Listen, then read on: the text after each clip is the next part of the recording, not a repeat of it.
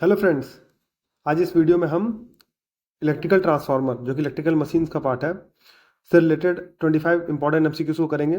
ये सीरीज में हम लोग ट्रांसफार्मर से रिलेटेड सारे एमसीक्यूज कर रहे हैं। इसके पिछले वाले वीडियो में हमने 1 से 25 तक एमसीक्यूज को किए थे। अब हम 26 से 50 तक इसमें करेंगे। तो चलिए वीडियो को शुरू करते हैं। पहला क्वेश्चन है, the primary 220 volt side of a 220/6 volt 50 hertz transformer is connected to 110 volt से डाला गया है 60 हर्ट्ज सोर्स के साथ। सेकेंडरी आउटपुट वोल्टेज क्या हो जाएगा? तो ट्रांसफॉर्मेशन रेशियो 220/6 है, तो सेकेंडरी आउटपुट वोल्टेज हो जाएगा आपका 110 इंटू 6/220। तो इसे आप कैलकुलेट कीजिएगा तो इसका सही आंसर हो जाएगा 3 वोल्ट। प्राइमरी को अगर 110 वोल्ट से डाला जाएगा तो इसका मतलब इसका सही आंसर हो जाएगा B. Next question, the no load current in a transformer lags the applied voltage by. तो इसका सही आंसर है 75 डिग्री से। अगर इसका आप फेजर देखें दोस्तों, तो इस फेजर में यहाँ पर आई नॉट करंट होता है। इसका दो कंपोनेंट होता है, आई म्यू यानी मैग्नेटाइजिंग कंपोनेंट, और एक होता है आई सी कोर लॉस कंपोनेंट। तो ये इसका पावर फैक्टर होता है फाई नॉट। तो उसके हिसाब से अगर देखा जाए तो ये अबाउट 75 डिग्री तक ये करता है अप्लाइड वोल्टेज से। अप्लाइड वोल्टेज का ये फेजर है और इसे लैग करता है 75 डिग्री। तो सही आंसर होगा बी। नेक्स्ट क्वेश्चन देखते हैं, a transformer has N1 and N2 turns in primary and secondary windings respectively. Its secondary winding reactance X2 ohm when refer to primary is. प्राइमरी में रिफर किया गया, तो मैंने आपको पहले ही बताया था पहले क्लास में कि जिस पर रिफर किया जाता है वो ऊपर में होता है न्यूमरेटर में। तो अगर किसी भी ट्रांसफार्मर में एक प्राइमरी वाइंडिंग्स का नंबर ऑफ टर्न्स N1 है और सेकेंडरी वाइंडिंग्स का नंबर ऑफ टर्न्स N2 है, तो अगर सेकेंडरी को प्राइमरी में ट्रांसफर कर रहा है, रिफर कर रहा है, तो N1/N2 का होल स्क्वायर इंटू सेकेंडरी का इम्पिडेंस जो भी हो। तो इसके हिसाब से सेकेंडरी वाइंडिंग का रिएक्टेंस X2 है, तो N1/N2 का होल स्क्वायर इंटू X2, इसका सी ऑप्शन सही हो जाएगा। नेक्स्ट क्वेश्चन को देखते हैं, a 400 volt 400/200 volt transformer total resistance इतना on its LV side, the resistance when refer to HV side would be. तो इसका सही आंसर हो जाएगा 0.02।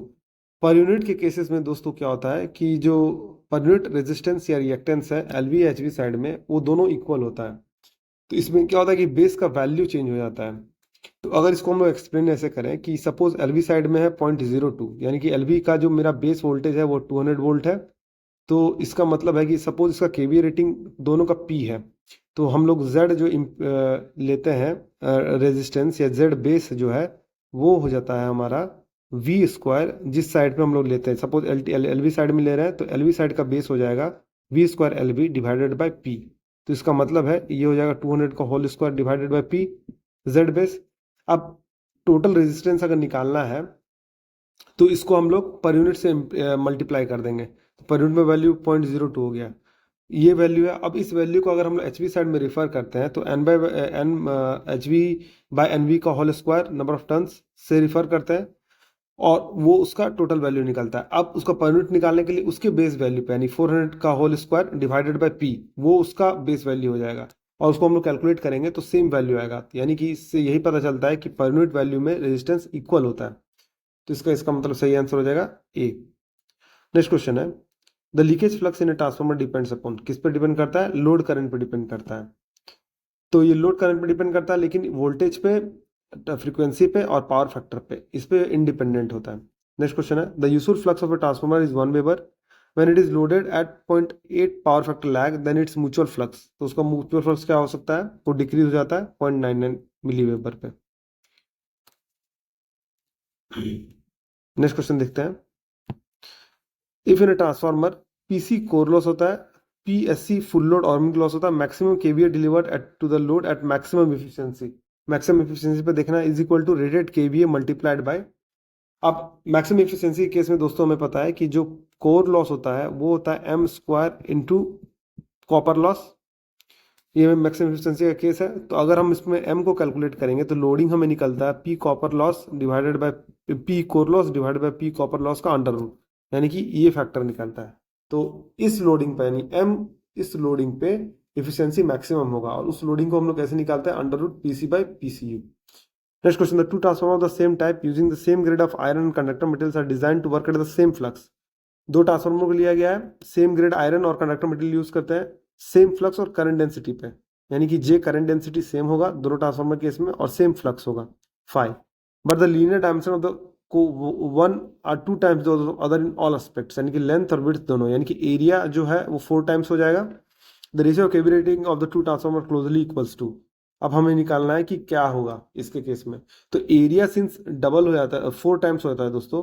तो अगर हम पहला केस ट्रांसफार्मर T1 का ले लें, दूसरा केस ट्रांसफार्मर T2 को ले लें, तो इसमें आपको पता है ईएमएफ का जो बेसिक इक्वेशन होता है, E is equal to 4.44 into N into frequency into B M into area. तो ई को हम रफली अगर लीकेजेस को जो हटा दें तो जो जो एक्चुअल में वोल्टेज होता है वो ई होता है। तो इसका मतलब है कि अब एरिया ए है। अब दूसरे ट्रांसफार्मर केस में क्या हो जाएगा, एरिया जो है 1/4 हो जाएगा, क्योंकि पहला का ट्रांसफार्मर का एरिया लेंथ और विड्थ 2 टाइम्स लिया गया, तो एरिया 4 टाइम्स हो जाएगा। तो ट्रांसफार्मर T2 केस में ये आ जाएगा, जो ई है वो हो जाएगा 4.44 into N into F into B M into area A by 4। तो इसका मतलब है कि जो हमारा एक ये है ट्रांसफार्मर का जो रेटिंग है वो दूसरे से 4 गुना है, यानी कि हमें E1 मिला है 4E2। ओके, सिमिलरली इसी तरह से केस में पहला इक्वेशन ये है, दूसरे में करंट डेंसिटी बराबर है, पहला ट्रांसफार्मर और दूसरे ट्रांसफार्मर का करंट डेंसिटी बराबर है, यानी कि J(1) पहला transformer is equal to J(2) है। हमें पता है दोस्तों करंट डेंसिटी होता है क्या, करंट डिवाइडेड बाय एरिया, यानी कि A1 पहले का एरिया में A है और दूसरे का जो I2 है वो क्या आ जाएगा, A/4 है। तो इसका मतलब है कि अगर हम इसको इक्वेट करें तो हमें निकलता है I1 is equal to 4 of I2। Since हमें पता है केवीए जो रेटिंग होता है वो हुआ E1 इंटू आई1, यहाँ पर V1 इंटू आई1 होता है तो हम लोग लीकेज इंपिडेंसेस को नेग्लेक्ट माने हैं, और दूसरे का होगा E2 इंटू आई2। अब इसको इक्वेशन में पुट करते हैं तो, तो इसका मतलब क्या है कि जो केवीए रेटिंग पहले के केस में हो जाएगा वो 4 इंटू 4 टाइम्स यानी कि 16 टाइम्स हो जाएगा। तो इसका सही आंसर हो जाएगा 16, एज इक्वल टू 16। तो इस हिसाब से आप कैलकुलेट कर सकते हैं। नेक्स्ट क्वेश्चन है, अ 3/1 ट्रांसफार्मर हैज इंपीडेंस ऑफ इतना ऑन एलवी साइड एंड इतना on HV side, the total equivalent impedance at the HV terminals, यानी एलवी को एचवी में रिफर किया गया है। तो अब एलवी को एचवी में रिफर किया गया तो कहाँ पर रिफर किया गया, एचवी में। इसका मतलब है कि एचवी साइड में जो रिफर किया हुआ जो इंपीडेंस है वो हो जाएगा 3 का होल स्क्वायर एंड 3/1 का होल स्क्वायर इंटू एलवी, यानी 1 + 5 ऑफ जे, यानी कि आप इसे निकाल सकते हैं 9 + 45 इंटू जे। अब इसको हम एच वी साइड से ऐड कर दें 9 + 45 जे से, तो हमें आता है 18 + 90 जे। इसका मतलब सही आंसर है। तो इम्पिडेंस रिफरल का फॉर्मूला बहुत ही इंपॉर्टेंट होता है, आप इसे हमेशा याद रखिएगा। नेक्स्ट क्वेश्चन है, a 220 volt by 440 volt 50 hertz 5 kVA single phase transformer operates on 220 volt 40 hertz supply with secondary winding open circuited, then. अब इसी केस में क्या हो जाएगा, तो इसी केस में क्या होगा, देखिए जो फ्रीक्वेंसी है वो घट गया है, वोल्टेज सेम रहा है, तो इसका मतलब है कि V/F कांस्टेंट नहीं है। तो अगर दोस्तों V/F कांस्टेंट नहीं है तो ईडी करंट जो लॉस होता है वो डायरेक्टली प्रोपोर्शनल होता है वोल्टेज स्क्वायर के, और जो हिस्टैरिसीस लॉस होता है वो डायरेक्टली प्रोपोर्शनल होता है V पे पावर स्टिरमेंट कांस्टेंट x और फ्रीक्वेंसी पे पावर x-1, जनरली 1 से बड़ा होता है वैल्यू, जनरली 2.3 या 2 पॉइंट समथिंग लेते हैं। तो इसी केस में अब हमें क्या दिया है कि अब ईडी करंट और हिस्टैरिसीस लॉसेस के बारे में बताना है। तो ईडी करंट लॉस यहाँ पर वोल्टेज के स्क्वायर में होगा, अगर V/F कांस्टेंट नहीं है तो यहाँ पर V/F कांस्टेंट नहीं, पहले हम लोग सबसे पहले हम लोग देखेंगे दोनों का रेशियो निकाल के। तो V/F का रेशियो यहाँ पर अलग है, यहाँ पर अलग है, तो वो कांस्टेंट नहीं, तो eddy current loss is directly proportional to voltage square होगा। तो इसके केस में क्या होगा, वोल्टेज तो कांस्टेंट है तो ईडी करंट लॉस क्या हो जाएगा, remains the same, ED current loss same हो जाएगा है। अच्छा, हिस्टैरिसीस लॉस क्या हो जाएगा, सिंस फ्रीक्वेंसी बढ़ गया है, फ्रीक्वेंसी घट गया है यहाँ पर, तो फ्रीक्वेंसी घट गया तो हिस्टैरिसीस लॉस, अगर ये डिनोमिनेटर घट जाता है तो इसका मतलब है कि होल क्वांटिटी बढ़ जाता है, इसका मतलब हिस्टैरिसीस लॉस बढ़ जाएगा, तो इसका मतलब आंसर सी हो जाएगा।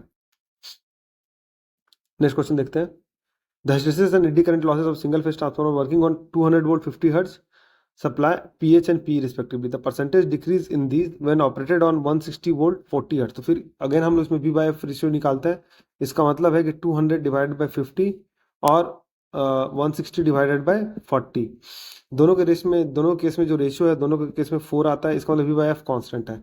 अब इसका मतलब ये है कि अगर कांस्टेंट रहे तो उसके केस में जो हिस्टैरिसीस लॉस होता है वो डायरेक्टली प्रोपोर्शनल होता है फ्रीक्वेंसी के, अगर V/F कांस्टेंट है तो, और ईडी करंट लॉस होता है directly proportional to frequency square के।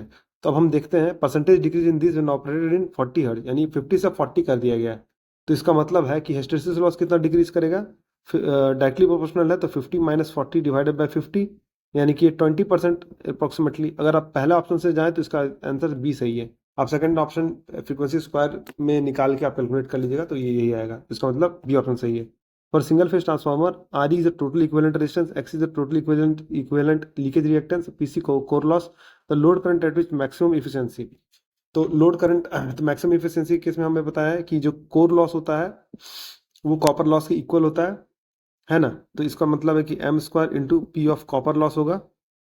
तो अब load current at which maximum efficiency occurs, तो इसका मतलब है कि अब हमें पता है कि पावर जो कोर लॉस होता है वो कॉपर लॉस के इक्वल, तो copper loss is equal to I square into R हमारा रेजिस्टेंस है।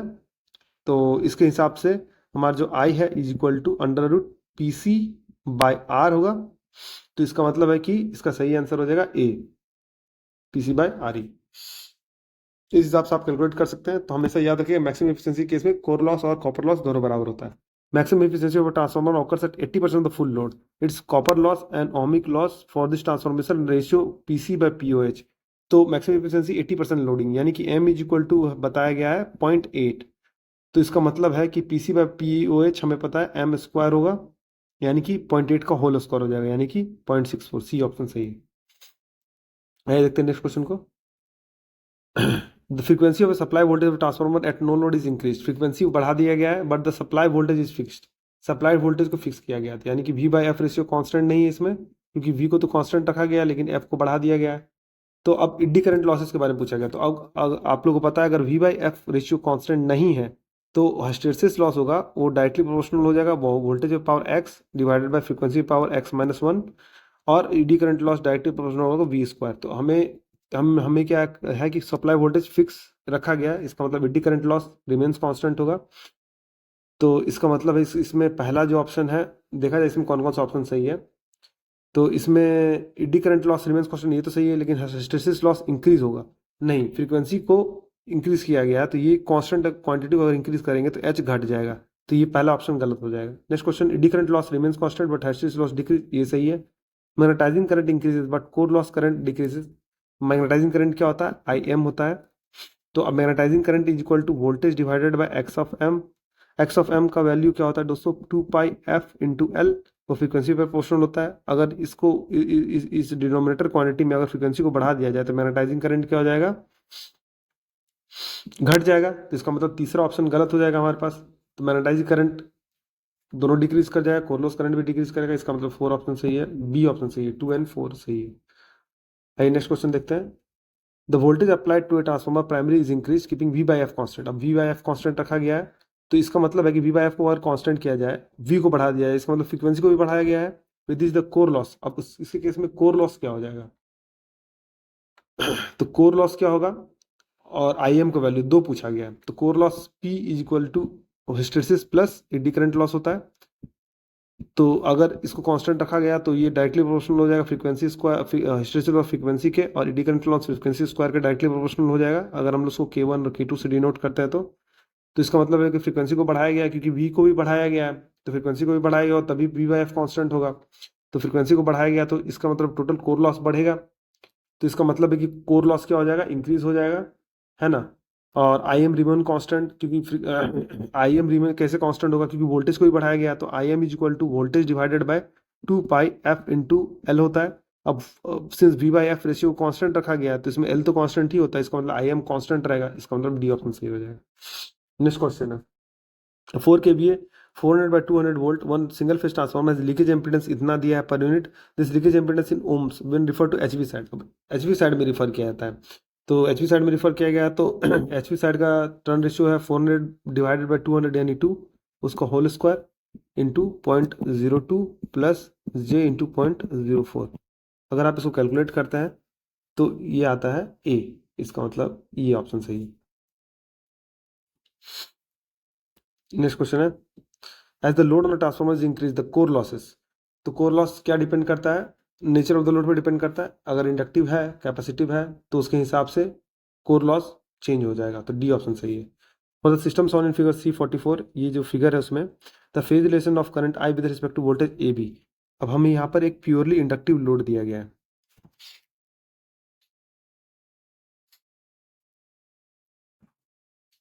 यहाँ पर प्योरली इंडक्टिव लोड दिया गया है दोस्तों। तो अब हम अगर फेजर को देखें कि इसका फेजर कैसा होता है, तो आप याद कीजिए कि ये जो फेजर है,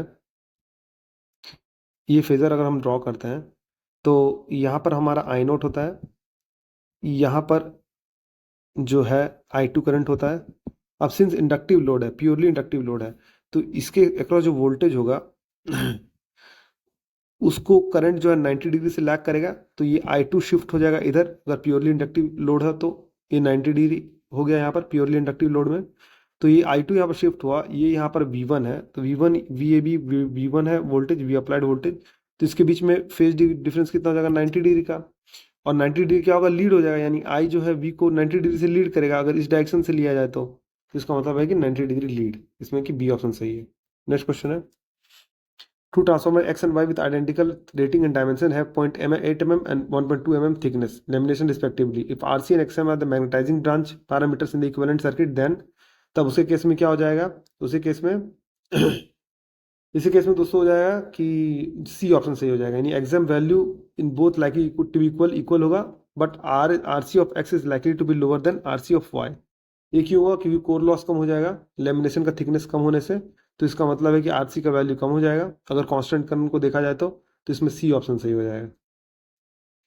नेक्स्ट क्वेश्चन है, if the applied voltage of certain transformer is increase by 50%, applied voltage 50% increase किया गया, फ्रीक्वेंसी इज रिड्यूस बाय 50%, यानी कि फ्रीक्वेंसी को 50% रिड्यूस कर दिया गया है, तो मैक्सिमम क्लोर फ्लक्स डेंसिटी क्या हो जाएगा। तो हमें बेसिक इक्वेशन पता है, E is equal to 4.44 into N into frequency into flux density BM into area. अब सिंस क्या है दोस्तों कि EMF को अप्लाइड वोल्टेज को 50% से इंक्रीज किया गया, यानी इसको 1.5 टाइम्स कर दिया गया है, और फ्रीक्वेंसी को 0.5 टाइम्स कर दिया गया है। अगर इन दोनों को डिवाइड करें तो 1.5 डिवाइडेड 0.5, तो इसका रेशियो 3 आता है, तो change to 3 times of its original value, A option सही है। अगर BM की बात करें, एरिया को अगर कांस्टेंट रखा जाए तो। Next question, in a transformer the low voltage winding is placed near the core in case of concentric winding so as to, किस चीज के लिए, तो रिड्यूस द इंसुलेशन रिक्वायरमेंट, ये बिल्कुल सही है। कोर में हम माउंट करते हैं पहले LV वाइंडिंग को, उसके ऊपर से माउंट करते हैं हम लोग HV वाइंडिंग को। ऐसा क्यों करते हैं, क्योंकि मेन कोर एरिया से LV वाइंडिंग रहने से इंसुलेशन रिक्वायरमेंट कम हो जाता है, इसको कम वोल्टेज पे कोर को सेपरेट करना पड़ता है इंसुलेशन से, तो इंसुलेशन रिक्वायरमेंट कम हो जाता है। उसके बाद क्या होता है इसमें, reduce the risk of voltage shock in case of insulation breakdown, हाँ वोल्टेज शॉक कम लगता है क्योंकि LV वाइंडिंग है, ये भी सही है। Reduce the total conductor material, reduce the core loss, इससे इसका कोई रिलेशन नहीं है। रिड्यूस द लीकेज फ्लक्स, इससे भी कोई रिलेशन नहीं है। Reduce the total conductor material, ये भी सही है, तो 5 ऑप्शन सही है। तो अगर इसका ऑप्शन सही देगा तो 235 इसका सही आंसर है, तो 235 इसमें डी ऑप्शन है, तो इसका मतलब डी ऑप्शन सही है। नेक्स्ट क्वेश्चन है, can a 50 hertz transformer be used for 25 hertz if the input voltage is maintain constant at the rated value corresponding to 50 hertz, तो उस केस में क्या हो जाएगा, फ्लक्स डबल हो जाएगा, तो कोर जो है वो सेचुरेशन में चला जाएगा, तो इसका सही आंसर हो जाएगा बी। नेक्स्ट क्वेश्चन है, voltage applied to the primary transformer is kept constant but is frequency is decrease under this operation, तो फ्रीक्वेंसी को डिक्रीज किया गया, वोल्टेज को सेम रखा गया, V/F रेशियो कांस्टेंट नहीं है सिंपली, तो कोर लॉस के लिए आपको यही देखना है कि क्या करना है इसमें। तो इसी केस में क्या हो जाएगा, इसी केस में हो जाएगा magnetising current and core loss both increase. कैसे होगा आप देखिए, मैग्नेटाइजिंग करंट जो इसमें होगा IM is equal to voltage divided by 2πf into L, जो XM का वैल्यू होता है। अब फ्रीक्वेंसी को डिक्रीज किया गया है तो इसका मतलब IM बढ़ जाएगा, वोल्टेज को कांस्टेंट रखा गया, तो ये इंक्रीज हो जाएगा। कोर लॉस करंट कैसे इंक्रीज हो जाएगा, तो कोर लॉस करंट क्या होता है, power core loss is equal to voltage जो कांस्टेंट रखा गया इंटू कोर लॉस करंट, है ना, या फिर इसे ऐसे भी लिख सकते हैं I0 into cos phi naught, तो IC कोर लॉस। अब सिंस फ्रीक्वेंसी को डिक्रीज किया गया है, इसका मतलब है क्या कि हमारा जो हिस्टेरेसिस लॉस हो जाएगा, V/F कांस्टेंट नहीं है तो उसमें ये फॉर्मूला लगेगा V⁴x divided by frequency power x - 1। अब V को डिक्रीज किया गया यहाँ पर, तो PH का वैल्यू बढ़ जाएगा, तो ओवरऑल P का वैल्यू बढ़ जाएगा। अगर P का वैल्यू बढ़ जाएगा, वोल्टेज कांस्टेंट है, तो IC का वैल्यू बढ़ जाएगा, तो इसका मतलब है कि दोनों इंक्रीज कर जाएगा, तो डी ऑप्शन सही है। नेक्स्ट क्वेश्चन है, in a transformer if primary leakage impedance is neglected, primary leakage impedance को नेग्लेक्ट किया गया है, तो magnetising current lags the applied voltage V1 by 90 degree अगर फेजर को आप रफली ड्रॉ करें तो V1 यहाँ पर होता है, यहाँ पर मैग्नेटाइजिंग कंपोनेंट IMU होता है, यहाँ पर कोर लॉस कंपोनेंट IC होता है, तो 90 डिग्री लीड करता है V। तो magnetising current lags applied voltage में 90 डिग्री, ये पहला ऑप्शन सही हो जाएगा इसमें। Core loss current lags V1 by 90 degree, नहीं, कोर लॉस जो V1 के साथ ही होता है पैरेलल, तो टू ऑप्शन सही नहीं है। तो इसमें टू ऑप्शन कौन सा, किसमें नहीं, टू ऑप्शन किसमें है, ये एलिमिनेट हो जाएगा। इस तरह से आप एलिमिनेट कर सकते हैं। No load current lags V1 by 90 degree, बिल्कुल नहीं। नो लोड करंट जो है एग्जैक्टली 90 डिग्री से लैग नहीं करता है, वो तकरीबन 75 टू 80 आता है, तो इसमें तीसरा ऑप्शन भी सही नहीं है। इस हिसाब से आप बी को भी एलिमिनेट कर सकते हैं। आप आंसर 1, 4 या 5 में हो, तो 1 और 4 तो सही होगा। फिफ्थ स्टेटमेंट देखते हैं, no load current lags V1 by about 80 degree, ये सही है, जैसे मैंने आपको बताया। तो 1, 4, 5 सही, तो ए ऑप्शन सही है। A transformer secondary is connected to a pure resistive load, the power factor of the primary side will be, अब पावर फैक्टर प्राइमरी साइड का क्या हो जाएगा, तो नियर अबाउट 0.95 लैग। ये कैसे हो जाएगा कि देखिए, रेजिस्टिव लोड लगाया, रेजिस्टिव लोड लगाने का क्या मतलब है कि ये जो V1 है और जो I2 है, ये दोनों सेम आ जाएगा फेजर में। पहले I2 यहाँ था, अब ये इधर शिफ्ट होने से इसका जो कंपनसेटिंग MMF वाला जो फैक्टर है वो इधर आ जाएगा। इधर आने से क्या होगा कि जो I0 का जो वैल्यू है, वो I0 इधर की ओर शिफ्ट हो जाएगा, I1 जो है इधर की ओर शिफ्ट हो जाएगा। इसका मतलब जो पावर फैक्टर एंगल है वो और कम हो जाएगा। कॉस में आपको पता है कि अगर फाई का वैल्यू कम हो तो इसका मतलब है कि पावर फैक्टर का वैल्यू वो बढ़ जाता है, तो इसका मतलब नियर अबाउट 0.95 हो जाएगा लैग। तो इस हिसाब से दोस्तों ये सारे इंपॉर्टेंट क्वेश्चंस मैं आपको करवाया आज। अगर आपको इस वीडियो को अच्छा लगा तो वीडियो को लाइक कीजिए, चैनल को फॉलो कीजिए, सब्सक्राइब कीजिए और बेल नोटिफिकेशन को प्रेस कर दीजिए, ताकि इसी तरह के इंपॉर्टेंट अपडेट्स मैं आपके साथ लाता रहूँ। तो वीडियो में बनाने के लिए धन्यवाद, मिलते हैं आपसे अगली वीडियो में।